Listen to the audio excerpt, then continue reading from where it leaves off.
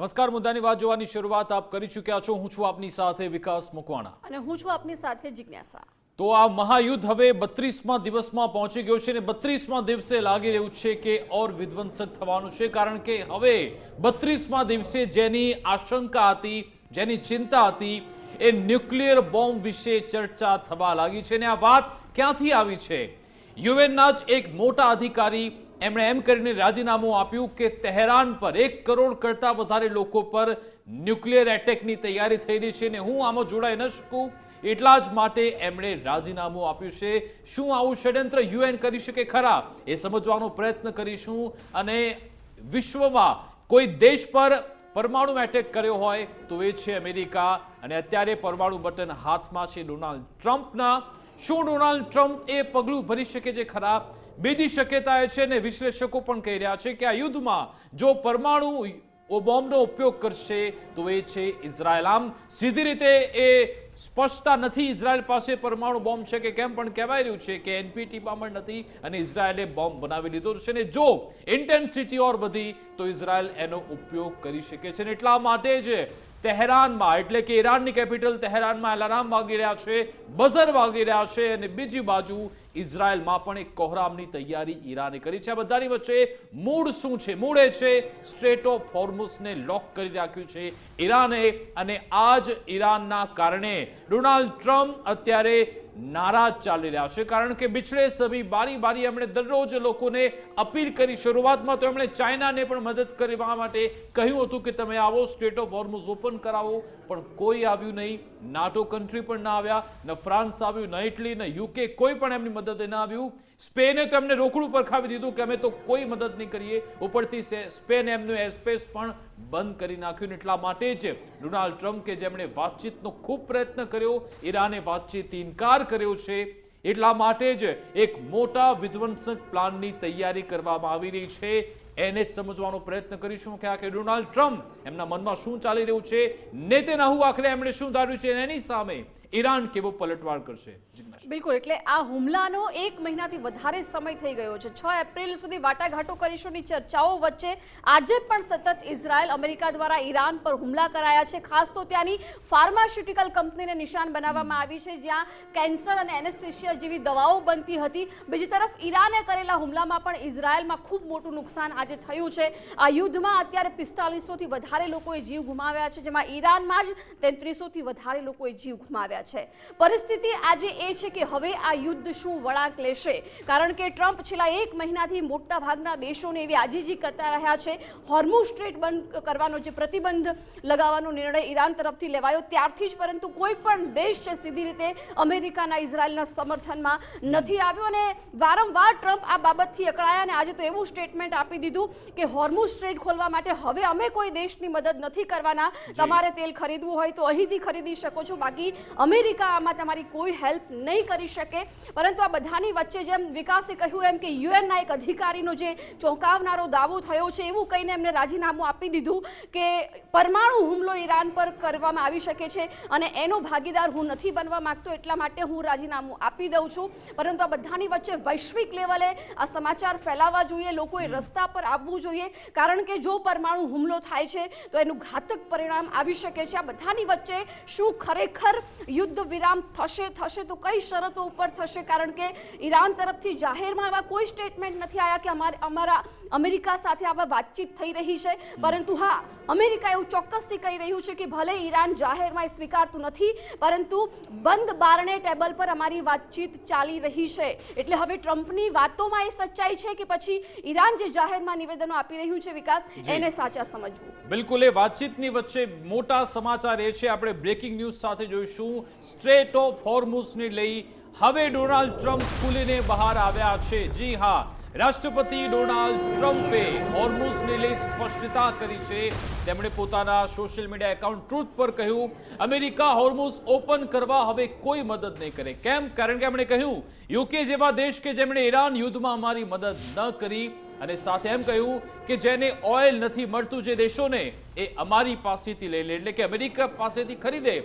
America પાસે ખૂબ જ તેલનો જથ્થો છે, અને સાથે સાથે એમ પણ કહે છે કે જો અમારી પાસેથી તેલ નથી ખરીદવું તો પછી હોર્મુઝ જાઓ અને તેલ લઈ લો, તેલની વ્યવસ્થા કરો, એવી ટ્રમ્પે વાત કરી છે. ટ્રમ્પ કહી રહ્યા છે કે તમારે હવે પોતાના માટે લડતા શીખવું પડશે.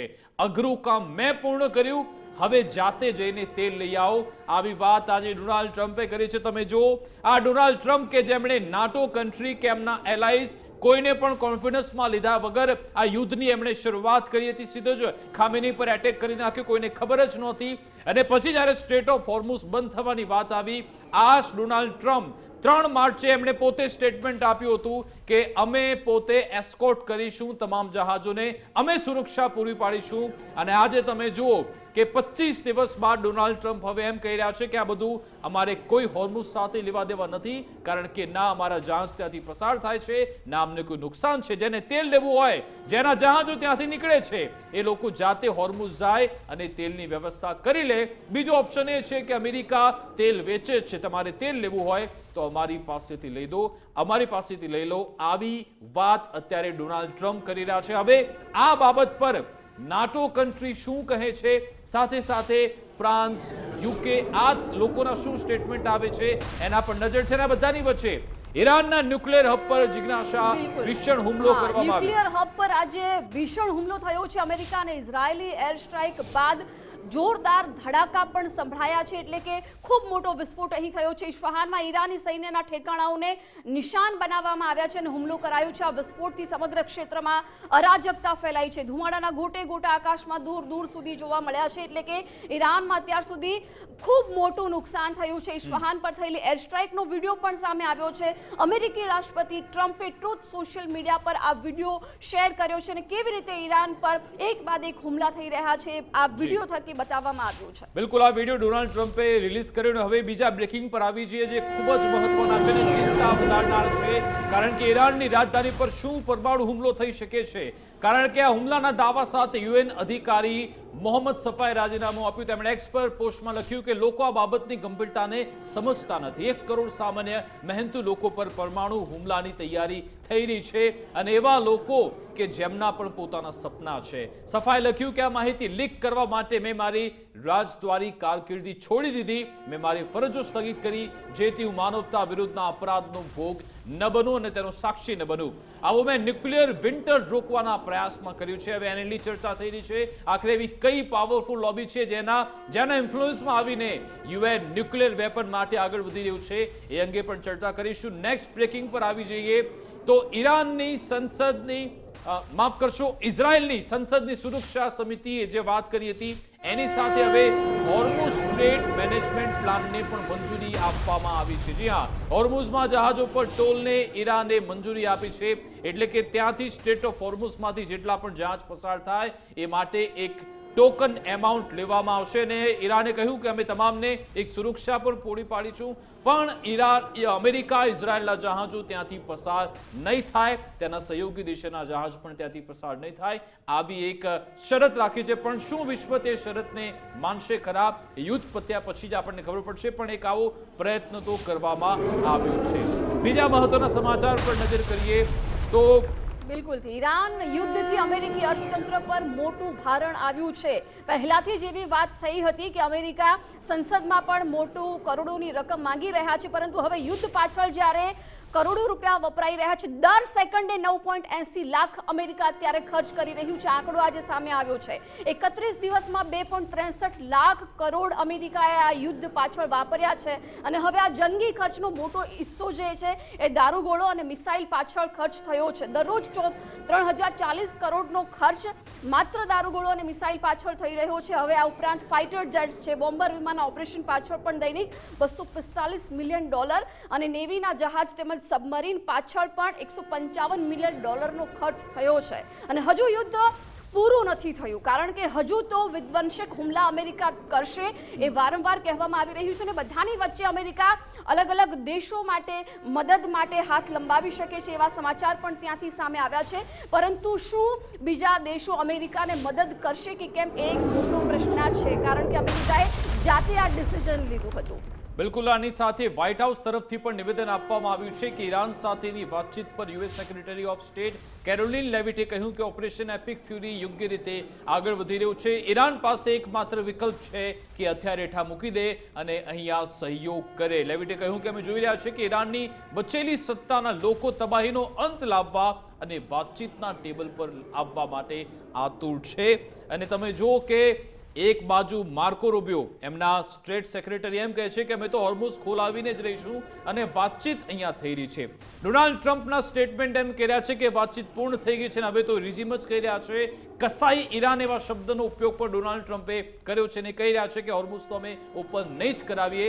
અને આ બાજુ એમના સ્ટેટ એ સેક્રેટરી છે વ્હાઇટ હાઉસના ક્રેમલિન એ કહી રહ્યા છે કે કેટલાક એવા લોકો છે જે વાતચીત કરવા તૈયાર છે. એટલે ખૂબ જ મોટું કોન્ટ્રાડિક્શન છે.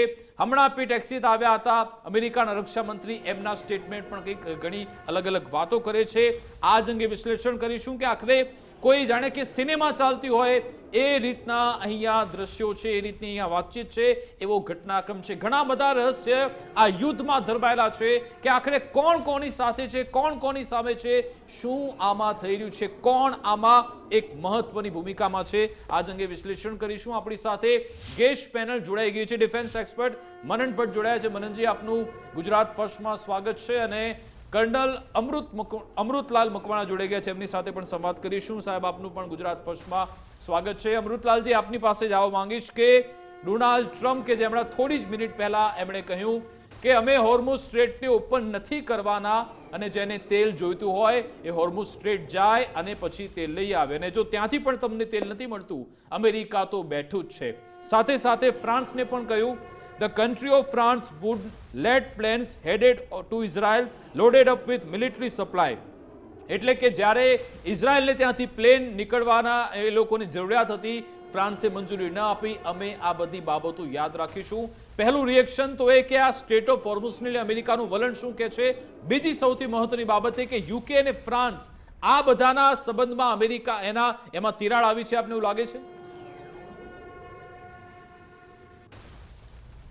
સર્વપ્રથમ દર્શક મિત્રો, આપને એક વસ્તુ હું જરૂર જણાવવા માંગીશ કે આજે જે અમેરિકા જે પરિસ્થિતિમાં કે જે અનપ્લાન્ડ એમ કહી શકાય કે વગર વિચારે પગલું ભરીને જે પ્રમાણે એટેક કરેલો છે, એને મગજમાં હતું કે હું અઠવાડિયામાં બધું પતાવી દઈશ, પણ જે પ્રમાણે આ બધા ખર્ચાઓ બતાવવામાં આવી રહ્યા છે કે અત્યાર સુધી એક મહિનામાં 2.83 લાખ કરોડનો ખર્ચો આવી ગયો છે અને દર સેકન્ડે 30 થી 40 લાખ રૂપિયા જેવો ખર્ચો આવી રહ્યો હોય તો અમેરિકા અત્યારે ધુઆં ફુઆં થઈ રહ્યું છે.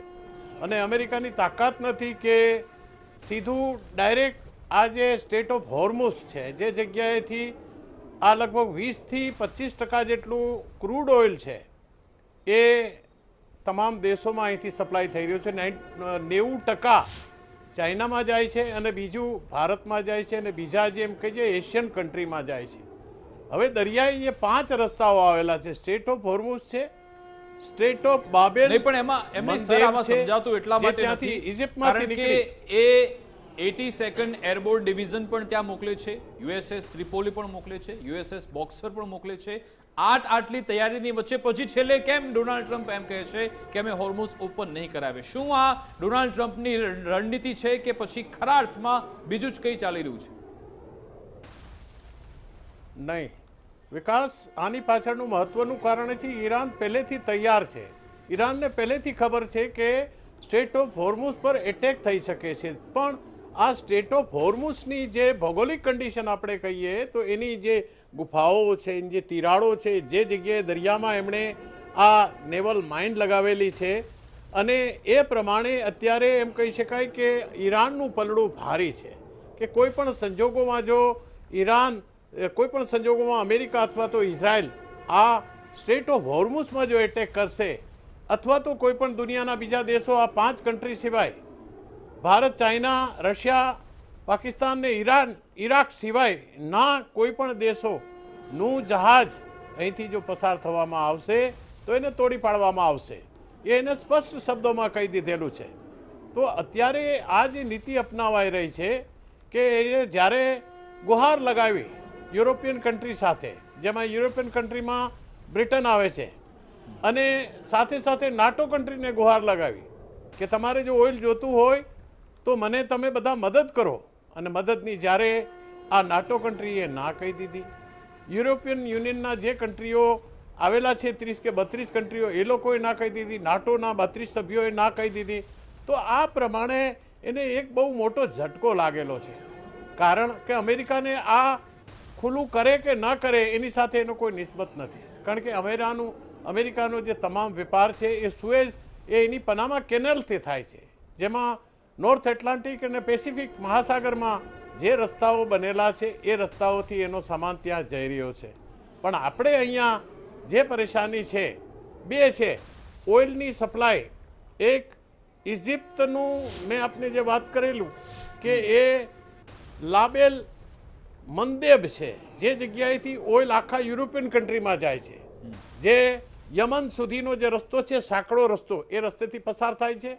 અને અત્યારની કન્ડિશનમાં એમ કહી શકાય કે આજે ઈરાન સમર્થિત જે હુતી છે એ હુતીએ કહી દીધું છે, સ્પષ્ટ આદેશ આપેલો છે કે અહીંથી અમે રેડ સી સુધી આનો રસ્તો બંધ કરી દઈશું. અને અહીંયા જે પ્રમાણે ઈરાને રસ્તો બંધ કરી દીધો છે એટલે કે યુરોપિયન કન્ટ્રી અને એશિયાના તમામ કન્ટ્રીમાં જનારા જે ઓઇલ છે એ ઓઇલને અમે બધું બંધ કરી દઈશું.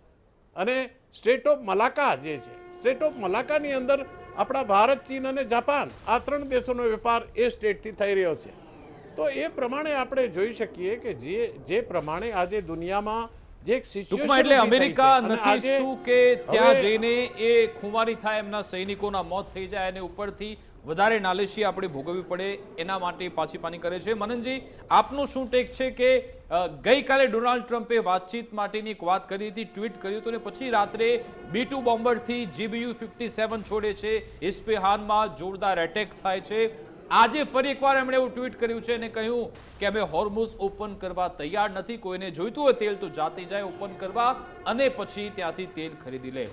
શું આ ફક્ત એક એવી ટેક્ટિક છે ડોનાલ્ડ ટ્રમ્પની કે પછી ખરા અર્થમાં એમણે હાર માની લીધી છે?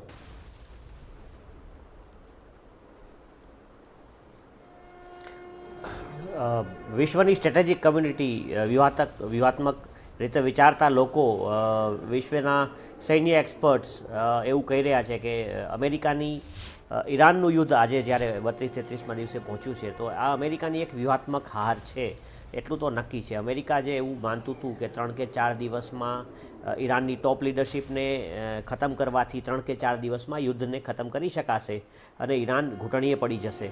પણ ઈરાન કે જે 9 કે 10 કરોડ લોકોનો દેશ છે, જે હજારો વર્ષો જૂની પર્શિયન સંસ્કૃતિ જેમની ધરોહર છે, ભલે આજે એ લોકો શિયા મુસ્લિમ બની ચૂક્યા હોય, પરંતુ આ ધરોહર, આટલા વર્ષોની ધરોહર, એમની સંસ્કૃતિ, એમનું ઇન્ટરનલ જે સ્ટ્રેન્થ છે એ જોતાં ઈરાન ઘૂંટણીએ પડવાના મૂડમાં દેખાતું નથી. અને એ જોતાં ઈરાને જે રીતે આ યુદ્ધની જે કોસ્ટ, ઇકોનોમિક કોસ્ટ વિશ્વ ઉપર નાખવાની શરૂ કરી છે, જે રીતે સ્ટેટ ઓફ હોર્મુઝ બંધ થઈ અને પછી એમણે જે step by step gulf countries કે જે અમેરિકાને સપોર્ટ કરી રહ્યા હતા, જેના જમીન ઉપરથી અમેરિકી સૈનિકો, અમેરિકી યુદ્ધ જહાજો ઓપરેટ કરી રહ્યા હતા, એ બધા પર જે રીતે હુમલાઓ કર્યા, એ જોતાં આ યુદ્ધ જે છે એનું એક ફલક જે છે, અમેરિકાએ જે વિચાર્યું હતું એનાથી ઘણું વધારે ખુલી ગયું. સ્ટેટ ઓફ હોર્મુઝ એ અમેરિકા માટે મોટો શોખ તો છે જ, પરંતુ સાથે સાથે ઈરાને એના પાડોશી દેશો ઉપર જે હુમલાઓ કર્યા એ તો અમેરિકાએ વોર ગેમિંગ કર્યું જ નહોતું. એટલે ખરેખર આવા એક યુદ્ધમાં અમેરિકા ઉતર્યું છે કે જેની વિશે એણે વિચાર્યું નહોતું. અને રોજબરોજના બદલાતા સ્ટેટમેન્ટ પછી એના વોર સેક્રેટરીના હોય કે અમેરિકી પ્રમુખના હોય કે પછી વ્હાઇટ હાઉસના સેક્રેટરીના, આ બધા સ્ટેટમેન્ટ્સ એવું દર્શાવી રહ્યા છે કે અમેરિકાએ આ યુદ્ધમાં કયા હેતુથી ઉતર્યું હતું, એને શું એચીવ કરવું છે એ હવે સમજાતું નથી. એટલે અત્યારે જે દેખાઈ રહ્યું છે અમેરિકાની સ્ટ્રેટેજી કે લેક ઓફ ઇટ જેને કહેવાય કે ભાઈ શું આ યુદ્ધમાં એક અલગ અલગ હવે ટીમ બની રહી છે? મિડલ ઇસ્ટમાં ખુલીને સીધી રીતે અલગ ટીમ બની ગઈ, ભાઈ આ બાજુ તુર્કી, ઈરાન કે પછી ઓમાન, આ બાજુ સાઉદી અરેબિયા, UAE, આ તમામ અલગ દેશ, આ તરફ અમેરિકાની જે સાથે સહયોગી દેશ હતા UK, ફ્રાન્સ, ઇટલી, એ પણ અલગ પડી ગયા.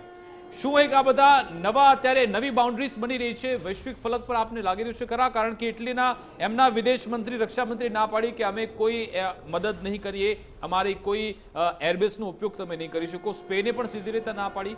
ફ્રાન્સે પણ કહ્યું કે તમારા જહાજ અહીંયાથી ઉડી નહીં શકે. યુકે પણ મદદ નથી કરતું. આ શું દર્શાવે છે? એક અમેરિકા તો અલગ થલગ પડી ગયો છે વૈશ્વિક ફલક પર, આપને લાગે છે? જી બિલકુલ.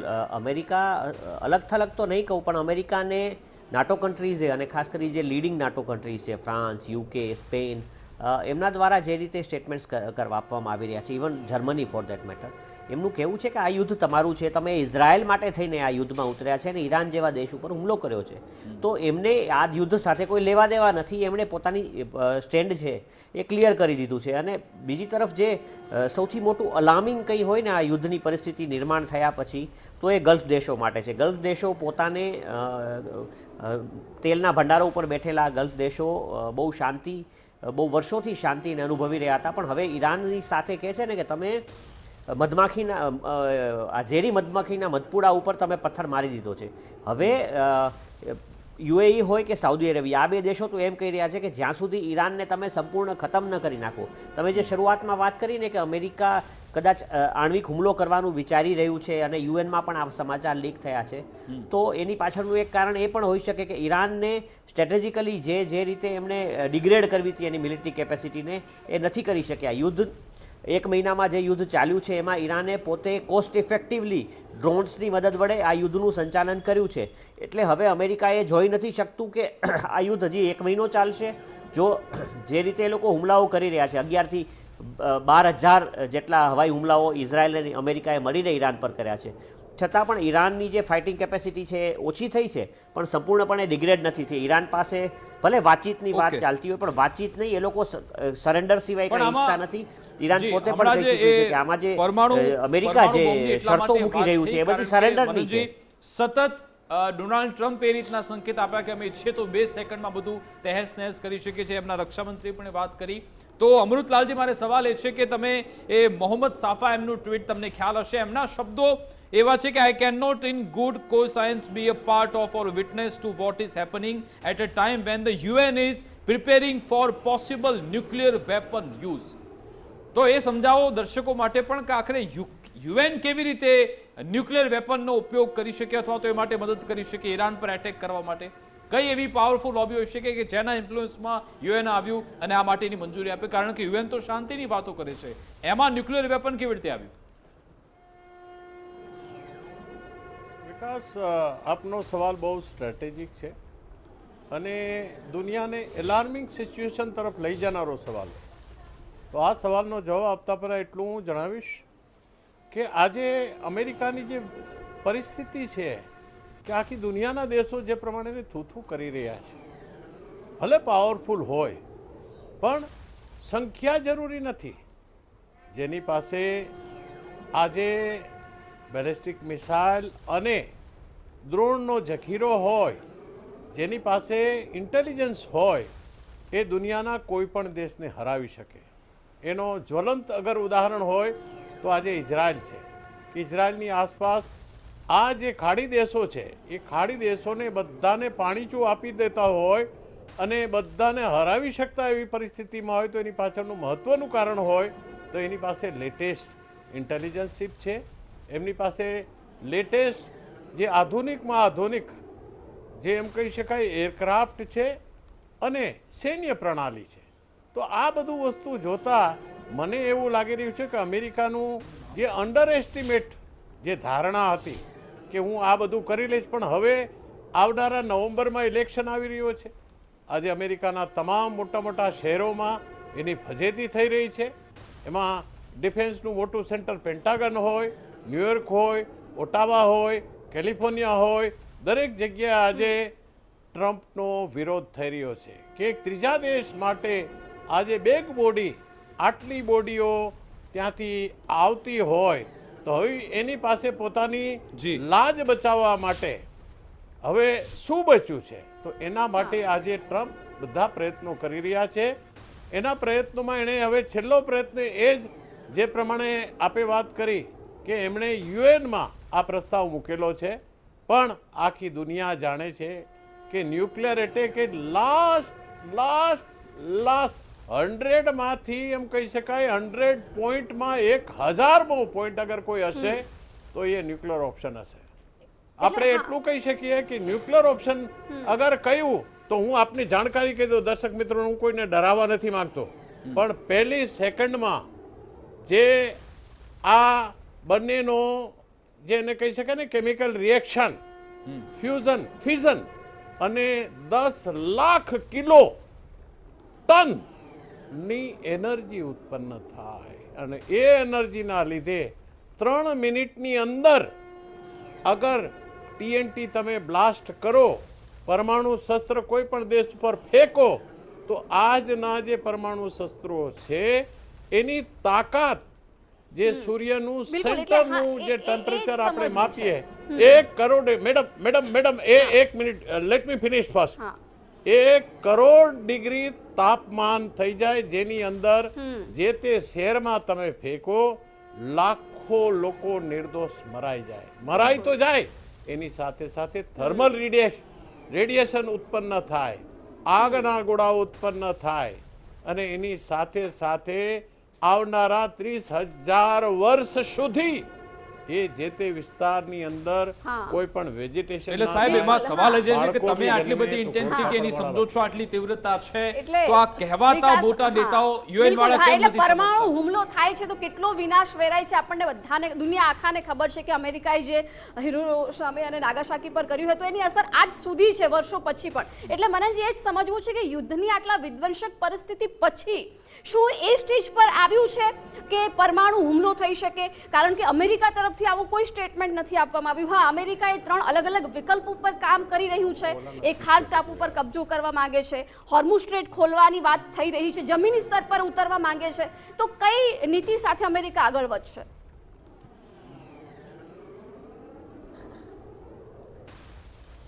જો અમેરિકા જ્યારે યુદ્ધમાં હારવા માંડે ને ત્યારે એ અણુહુમલો કરે એવું લાગે. હવે અમેરિકાની આખા યુદ્ધની આપણે છેલ્લા 1 મહિનાનું જો એનાલિસિસ કરીએ તો યુદ્ધમાં મેં શરૂઆતમાં વાત જે કરી હવે કે અમેરિકા ઈચ્છતું હતું કે ઈરાન 3 કે 4 દિવસમાં એ તખ્તાપલટો થઈ જાય અને ઈરાન શરણે આવી જાય, એવું કંઈ થયું નહીં. ઈરાને યુદ્ધના નવા ફલક ખોલ્યા, નવા આયામો ખોલ્યા અને ગલ્ફના કન્ટ્રીઝ ઉપર હુમલાઓ શરૂ કર્યા કે જ્યાંથી અમેરિકી યોદ્ધાઓ ઓપરેટ કરી રહ્યા હતા. આજની પરિસ્થિતિ એવી છે કે અમેરિકાના 40,000 સૈનિકો હોટેલોમાં સિવિલિયન્સ બનીને સંતાયા છે, અમેરિકી બેઝને ખાલી કરી નાખ્યા છે. અને જે ખરેખર ઈરાન એવું કહી રહ્યું છે કે આ તો તમે હ્યુમન્સની વચ્ચે સંતાવે એટલે તમે સિવિલિયન્સની વચ્ચે સંતાવે એટલે અમે તમારી ઉપર હુમલો ન કરી શકીએ. સ્ટેટ ઓફ હોર્મુઝ બંધ કરવાથી આખા વિશ્વની ઇકોનોમી જે છે એ બાનમાં લીધી છે ઈરાને. એટલે એ પણ એક અનઇન્ટેન્ડેડ કન્સિક્વન્સ ઓફ વોર છે અમેરિકા માટે. 30 દિવસ અને આટલા બધા ખર્ચા અને આટલું બધું વૈશ્વિક સ્તરે બદનામી થયા પછી પણ અમેરિકાના ઇઝરાયલ જો આ યુદ્ધ નથી જીતી શક્યા તો વિશ્વના નિષ્ણાતો હવે કહી રહ્યા છે કે આ એક સ્ટ્રેટેજિક લોસ છે અમેરિકાનો. તો અમેરિકા શું, હવે પ્રશ્ન એ આવે છે કે શું અમેરિકા ગ્રાઉન્ડમાં સૈનિકો ઉતારશે? તો એને માટે પણ મને એવું લાગી રહ્યું છે કે અમેરિકા માટે બહુ મુશ્કેલ બની રહેવાનું છે, એટલે કદાચ નહીં ઉતારે, કદાચ પોસ્ચરિંગ કરશે. પણ હવે ચર્ચાને હજી 1 મહિનો 2 મહિના યુદ્ધ ચાલુ રાખશે, ઇઝરાયલ અને અમેરિકાની તૈયારી છે, એમનો મેઇન ઓબ્જેક્ટિવ એ છે કે યા તો પછી શું અમેરિકા હુમલો કરશે? આપણે ચર્ચાને આગળ લઈ જઈએ કે મુખ્ય હેતુ તો એમનું એ જ છે કે યુરેનિયમ એમણે આપણે ત્યાંથી લઈ લેવું છે જે 460 કિલોગ્રામ આસપાસ છે.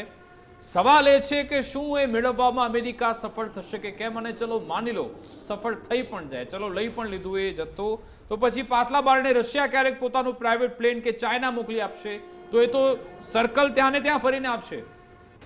શું એમાં સફળતા મળશે અમેરિકાને, આપને લાગે છે? ના, એનરિચ યુરેનિયમની તો ક્યારેય વાત જ હતી નહીં. ઈરાન જ્યારે વાતચીત ચાલુ હતી યુદ્ધની પહેલાં સુધી ઈરાન આ એનરિચ કરેલું યુરેનિયમ આપવા માટે તૈયાર હતું. આ તો બધી અમેરિકાએ ફેલાવેલી વાત છે. એમને ઈરાનમાં રેજીમ ચેન્જ જોતો હતો, યુરેનિયમ તો એ લોકો વાતચીત દ્વારા આપવા તૈયાર હતા. ઈરાનને યુરેનિયમ આપી દેવામાં કોઈ વાંધો જ નહોતો. ને આજની તારીખે પણ આપણે જોઈ શક્યા છીએ કે ઈરાન પાસે એવી કોઈ કેપેસિટી નથી કે અમેરિકાને થ્રેટન કરી શકે. એટલે આ તો બધી વાતો છે. હકીકત એ છે કે અમેરિકા ઇઝરાયલના સકંજામાં બરાબરનું ફસાયું છે અને આ યુદ્ધ કે જે એનું યુદ્ધ નહોતું એમાં ઉતરી ગયું છે અને હવે આમાંથી નીકળવાનો રસ્તો એમને નથી મળી રહ્યો, એટલે એ લોકો આ શોર્ટકટ શોધી રહ્યા છે. યુદ્ધમાંથી નીકળવા માટેનો શોર્ટકટ એક આણ્વિક હુમલો છે, જે જો એ લોકો કરશે તો આખું જે વેસ્ટ એશિયા છે એટલે આપણે પણ એમાં આવી જઈએ, એની આડઅસરો આપણે બધાએ ભોગવવી પડશે. અમૃતલાલજી, આપનું શું કહેવું છે કે આજની તારીખમાં અમેરિકા અને ઇઝરાયલ એમના ઓબ્જેક્ટિવ હવે શું રહ્યા છે? પહેલા જે એમણે ટાર્ગેટ નક્કી કર્યા હતા શું એચીવ કર્યા ખરા, અને આજની તારીખમાં યુદ્ધના 32મા દિવસે હવે કયા હેતુ સાથે યુદ્ધમાં ઊભા છે એ લોકો? વિકાસ, દર્શક મિત્રોને એટલું જ હું બતાવવા માંગીશ કે સવાલ બહુ સરસ મજાનો છે, પણ આજે અમેરિકા જે પરિસ્થિતિમાં સંડોવાયેલું છે, અમેરિકા શરૂઆતથી દુનિયાનું બાદશાહ બનવા માંગી રહ્યું છે, ચાઇનાને ડાઉન કરવા માંગી રહ્યું છે કે આગળ ચાઇનાનું 90% ઓઇલ એ આ સ્ટ્રેટ ઓફ હોર્મુઝથી જઈ રહ્યું છે, પહેલી વસ્તુ. અને બીજી વસ્તુ, આજે અમેરિકાના મગજમાં જે ચાલી રહ્યું છે કે મારે ઈરાનને આર્થિક રીતે કંગાલ બનાવી દેવું છે. હવે આર્થિક રીતે કંગાલ બનાવવું હોય તો આજે જે ખર્ગ આઇલેન્ડ છે, અમેરિકાનું જે પ્લાનિંગ છે કે આજે એના યુએસએસ ત્રિપોલી દ્વારા એમના 2500 જે માર્કોસ કમાન્ડો છે નેવીના, પાવરફુલમાં પાવરફુલ જે કમાન્ડોઝ એમના ત્યાં ઓલરેડી નજીકમાં પહોંચી ગયા છે. પણ એ લોકોને પહેલેથી જ ખ્યાલ આવી ગયો છે, ઈરાને પોતાની પ્રિપેરેશન બહુ સરસ રીતે કરેલી છે. આજે ઈરાન એમ કહી શકાય કે આ ગલ્ફ કન્ટ્રીના જે 3 દેશો છે જ્યાંથી આ બધું ઓઇલ આવી રહ્યું છે, તો એ ઓઇલના જે કૂવાઓ છે એ કૂવાઓને જે રીતે કનેક્ટ કરેલા છે તો ત્યાં એમણે પોતાની આર્મી પહેલેથી જ ગોઠવી રાખેલી છે. આજની એમ કહી શકાય કે IRGC 36 પ્રાંતોની અંદર અમેરિકાને જો મોટો ફાંકો હોય કે અમે સુપ્રીમ લીડરને ખતમ કરી દીધા, રિઝમ ચેન્જ થઈ જશે, મોસ્તફા ખોમેનીને મારી દીધો, રિઝમ ચેન્જ બિલકુલ નહીં થાય કોઈ સંજોગોમાં. આજે ઈરાન 36 ભાગોમાં વેચાયેલું છે ને એક દર્શક મિત્રોની જાણ ખાતર એટલું જ કહી દઈશ કે જે પ્રમાણે એણે એમના ઇમામ હુસેન 72 લોકો શહીદ થયા, અન્યાય સામે ઝૂક્યા નહીં, તો એ પ્રમાણે આજની તારીખમાં ઈરાનના દરેક એનો કોઈ પુરુષ સૈનિક હોય કે સ્ત્રી સૈનિક હોય, દરેક લોકો આજે લડવા માટે શહીદ થવા માટે તૈયાર છે. અને સર, અત્યારે આપણે જ્યારે પહેલા જ બંકર બનાવી રાખેલા છે. બંને બાજુથી ધમકીઓનો દોર જોરદાર ચાલુ છે. અમેરિકા ઇઝરાયલ ધમકી આપી, હવે IRGC એ નવી ધમકી આપી છે, કહ્યું કે અમારા નેતાઓની જે હત્યા કરી એનો અમે બદલો એવી રીતે લઈશું કે જેટલા પણ વર્ક પ્લેસ છે, જે કંપનીઓના નામ એમણે જાહેર કર્યા કે Cisco, HP, Intel, Oracle, Microsoft, Apple, Google, meta, IBM, JP Morgan chess, tesla, general electric, આ તમામ કંપનીઓના નામ આપ્યા અને કહ્યું કે આ રહેઠાણ, આ વર્કપ્લેસ તમે છોડી દો, નહીં તો જોરદાર એટેક થશે. સાથે સાથે એમ પણ કહ્યું 3 કિલોમીટરની ત્રિજ્યામાં કોઈ પણ ત્યાં ન હોવું જોઈએ, જો હશો તો પછી તમે જવાબદાર પોતે રહેશો તમારા મોત બદલ. આવી ધમકી IRGC હમણાં જ આપી છે કે આ તમામ પ્લેસ ખુલ્લા થઈ જવા જોઈએ. એટલે આ રીતના એક બાદ એક સામે અત્યારે ધમકી તો આપવામાં આવી જ રહી છે, એટલા માટે જ એસ્કેલેશન ઓર વધી રહ્યું છે.